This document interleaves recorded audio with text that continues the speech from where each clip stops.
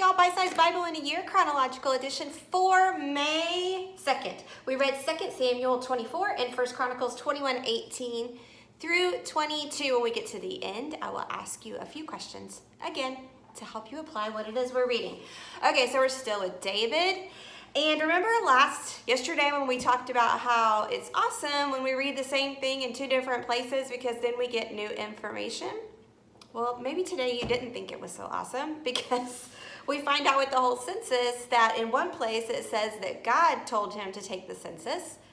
And in another place it says that Satan told him to do it. What's going on there probably is that God let Satan tempt David into this because we know that God never tempts us or never causes us to sin. And it's very clear from God's reaction and consequences that he doles out that this was a sin.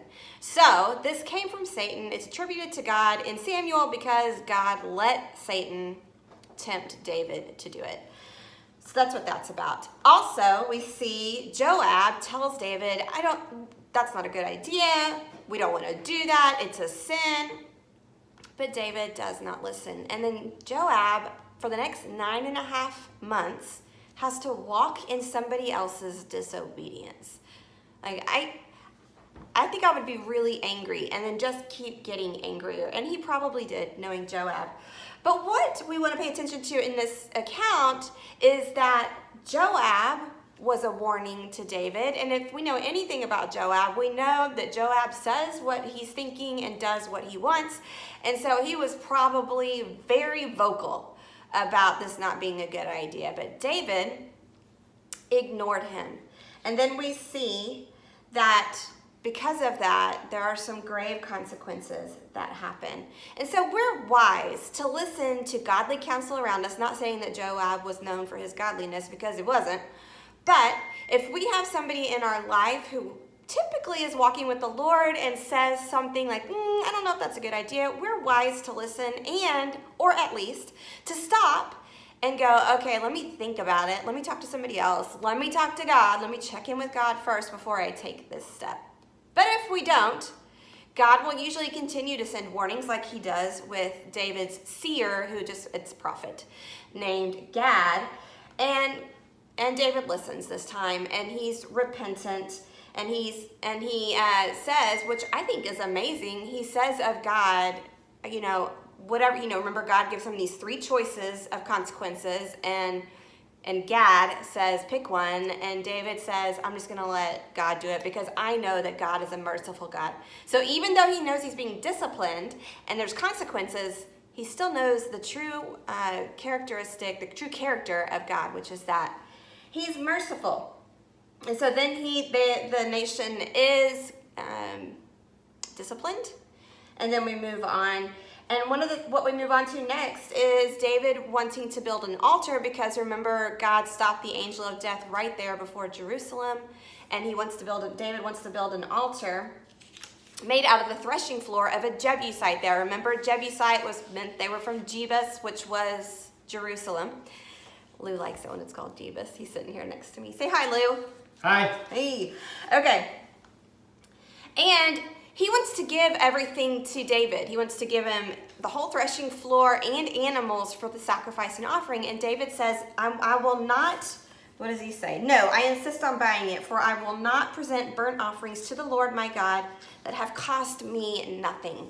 So he wasn't going to give something to God that cost him nothing. Our lives are said in Romans 12:1-2, that they are an offering to the Lord. Present ourselves as a living sacrifice to God. And we need to remember that our life as an offering is going to cost us something. It's going to cost us something. And that cost is not something that should make us run away or make us go, well, that's going to make me uncomfortable, so that can't be God's will. No, we see that an offering requires a sacrifice on our part. And so let's not run away from God when he's asking us to do something difficult. A lot of times the cost is not a reason to run away. The cost is the confirmation that you are walking in God's will. Like for us, we're in our mid-40s and we've only bought one house and we've lived in a ton. We rent. We are renters. It's not our first choice, but that's a sacrifice we make for doing full-time ministry. We've always had a used car. We sacrifice time with family and friends a lot because our schedule is crazy. We have limited friendships because we just don't have the same schedule. But those are the costs of us making our lives an offering to God. So what is that in your life that will cost you something to walk with the Lord? And then count that cost. Jesus says in, well, I think all the Gospels, if not all of them, then 3 of them, he talks, actually I'm just going to read it to you. Luke 14:25, he says, actually let's start with 27. Whoever does not bear his own cross and come after me cannot be my disciple. For which of you, desiring to build a tower, does not first sit down and count the cost, whether he has enough to complete it? Otherwise, when he has laid a foundation and is not able to finish, all who see it begin to mock him, saying, this man began to build and was not able to finish. And then he goes on and gives another example, and he wraps it up in 33 and says, so therefore, any one of you who does not renounce all that he has cannot be my disciple. In other words, God has to be above everything else, and that's going to cost us something. So think about what that cost is for you.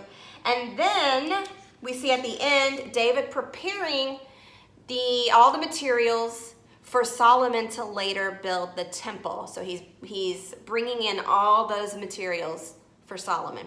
Okay, so Q&A time, questions and encouragements. Number 1, heart check. Remember, you're picking one of these, unless you just want to do them all because that's the kind of person you are. Your first one is a heart check. Am I ignoring God? Is God trying to talk to me or warn me and I am like, nope, I want to do this? If so, stop, turn around and listen. Number 2, count the cost of your discipleship with the Lord. And when you count it, because the reason that's important is the same reason here. We want to make sure that what we're getting into, we're ready for. And when we've counted the cost, remember that any cost that we see, it's worth it. Our life with Christ is worth it. We're making an eternal impact for his kingdom. And then number 3, is there something in your life that you can be a part of that's preparing the next steps for somebody else? So if you are an older person like me, God might be asking you to prepare the next generation to step up into leadership. Or maybe it's to prepare something physically for somebody like your home. You need to prepare it for somebody to come live with you. I don't know. Ask God. It's different for everybody. So pick one of those. All right. May 3rd is 1 Chronicles 23 through 25. And we'll talk about that tomorrow. Farewell.